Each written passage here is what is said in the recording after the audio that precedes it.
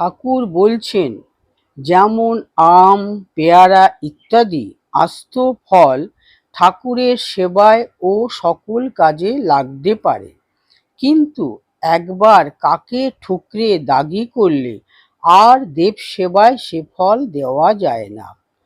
ব্রাহ্মণকে দান করা যেতে পারে না, আপনিও খাওয়া উচিত নয়। সেইরূপ পবিত্র হৃদয় বালক ও যুবাদের ধর্মপথে লয়ে যাবার চেষ্টা করা উচিত, কেননা তাদের ভিতর বিষয় বুদ্ধি একেবারেই প্রবেশ করেনি। একবার বিষয় বুদ্ধি ঢুকলে পরমার্থ পথে লয়ে যাওয়া ভার। বুড়ো হলে সহজে ঈশ্বরে মন যায় না, ছেলেবেলায় তাদের মন অল্পেতেই স্থির হয়। দুই রকমের সাধক দেখা যায়, যেমন বাদরের ছানা এবং বিল্লির ছানা। বাদরের ছানা আগে তার মাকে ধরে, পরে তার মা তাকে সঙ্গে করে যেখানে সেখানে নিয়ে বেড়ায়। বেড়ালের ছানা কেবল এক জায়গায় বসে মিউ মিউ করতে থাকে। তার মা যখন যেখানে ইচ্ছা হয় ঘাড়ে ধরে নিয়ে যায়। তেমনি জ্ঞানী বা কর্মী সাধক বাদরের ছানার ন্যায় পুরুষকার দ্বারা ঈশ্বর লাভ করতে চেষ্টা করে থাকে। আর ভক্ত সাধকরা ঈশ্বরকে সকলের কর্তা জ্ঞান করে তার চরণে বিড়াল ছানার ন্যায় নির্ভর করে নিশ্চিন্ত হয়ে বসে থাকে। যেমন জালার ভিতর কোনোখানে একটি ছিদ্র থাকলে কমে কমে সব জল বেরিয়ে যায়, তেমনি সাধকের ভিতরেও একটু সংসারাসক্তি থাকলে সব সাধনা বিফল হয়ে থাকে।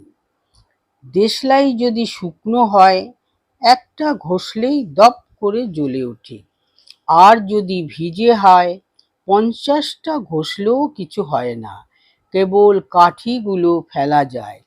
বিষয় রসে রসে থাকলে কামিনী কাঞ্চন রসে মন ভিজে থাকলে ঈশ্বরের উদ্দীপনা হয় না।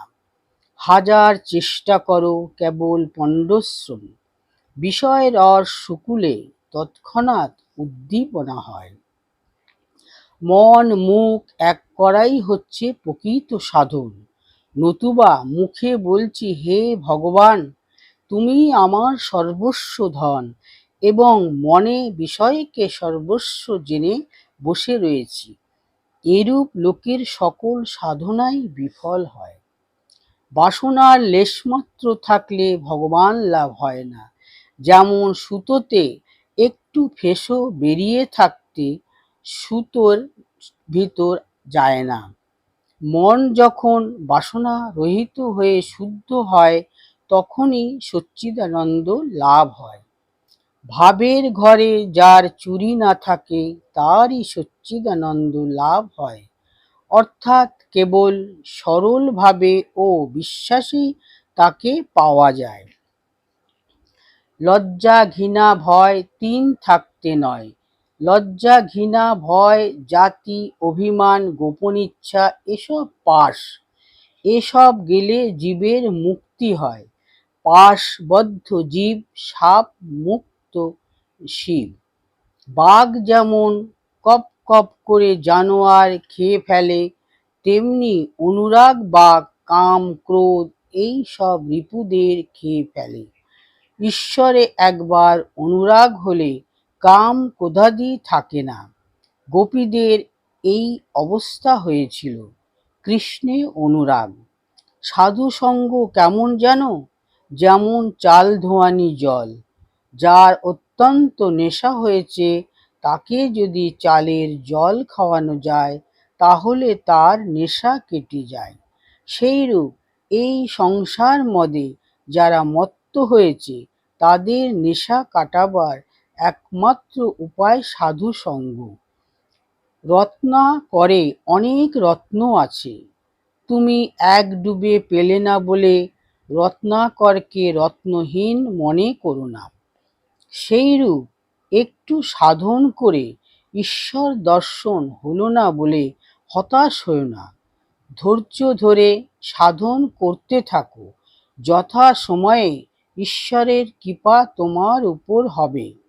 দেখো, যারা খানদানি চাষা তারা 12 বৎসর অনাবৃষ্টি হলেও চাষ দিতে ছাড়ে না, আর যারা ঠিক চাষা নয়, চাষের কাজে বড় লাভ শুনে কারবার করতে আসে, তারাই 1 বৎসর বৃষ্টি না হলেই চাষ ছেড়ে দিয়ে পালায়। তেমনি যারা ঠিক ঠিক ভক্ত ও বিশ্বাসী, তারা সমস্ত জীবন তার দর্শন না পেলেও তার নাম গুণ কীর্তন করতে ছাড়ে না।